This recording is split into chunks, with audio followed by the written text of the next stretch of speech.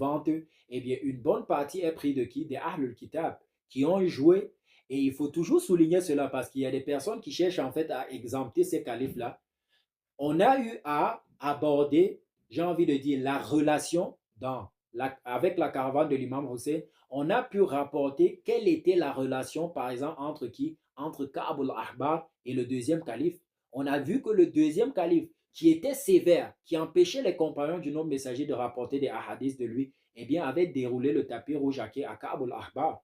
Et il questionnait Ka'b al-Ahbar. Il consultait Ka'b al-Ahbar sur tout et rien. On avait pu souligner cela et on a donné des références. Ce n'est pas juste de quoi? De la propagande. À la kulli hal. Alors, il dit que il suffit en fait comme argument, de prendre en fait quoi? De prendre en fait le tafsir, c'est-à-dire l'interprétation de ce verset-ci de la part de Mujahid. Ce verset-là, c'est où? Eh bien, Allah subhanahu wa ta'ala dit, Ba'da ta'awuz wa basmala, Asa an yaba'athaka Rabbaka makaman mahmouda.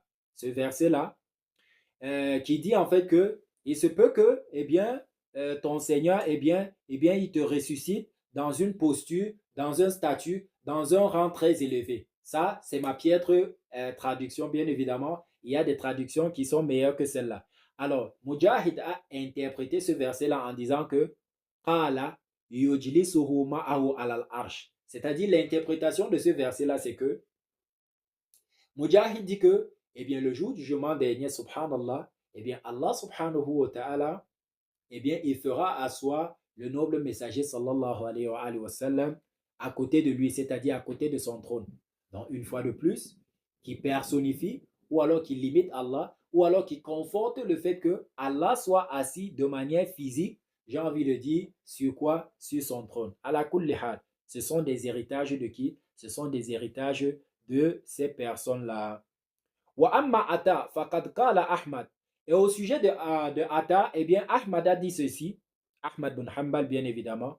Laysa fil marasil adaf min marasil al-Hasan wal Ata kana ya'khudhan an kulli ahad. Eh bien, Ahmad a dit au sujet de qui? Au sujet de Ata, ce qui suit.